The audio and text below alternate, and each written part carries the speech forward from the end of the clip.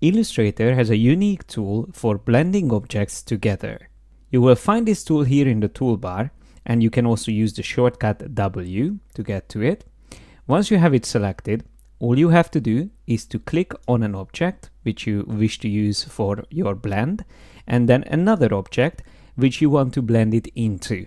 And you can already see that we have a blend created here, but we could continue this by adding another point. So now we have 3 objects blended into one.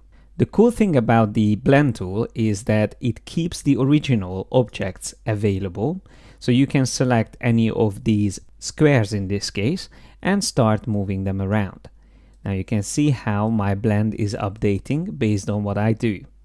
You can very quickly create almost 3D effects if you are using the right type of shapes and colors. And of course, you can amend your shape's size or color even while they are part of a blend. So in this case, we were using the same shape to create the blend, but let's see what happens when we use the blend tool between different shapes. So not only the color, but even the shape will be different. So first, second, and third.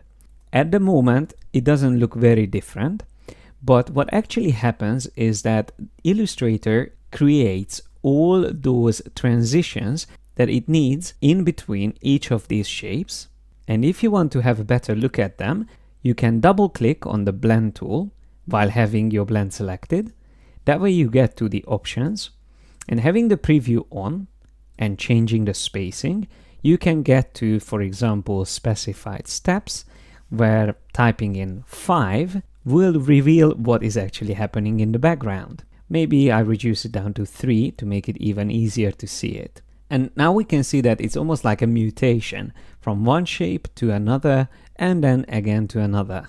It creates these in-between stages. So not only the color, but even the shape is shifting. You can imagine that this can be used for all kinds of different creative techniques as well.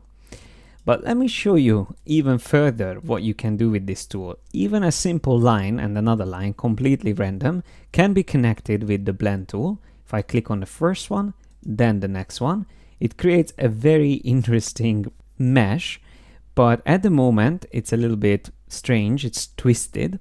What you normally need to do in these cases, if it happens, is to select one of the lines that you created and then just simply turn it around. So instead of being that way, I turn it upside down, and then immediately the whole mesh looks much better.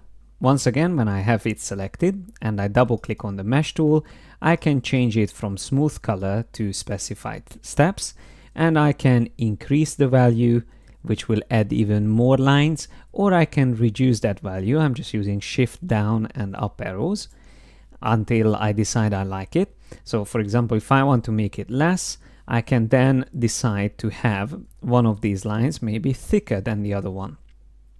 So if I set this to 2 points or 3 or 4, you can even have a transition in the width of these lines. I just go back a few steps and I show you that it is again very true that once you start combining tools, it gets even more interesting. You might remember the tool called Warp Tool, which you find under the distortion tools. With this, you can start pushing lines around, and you can create these very interesting shapes, almost like waves in your design.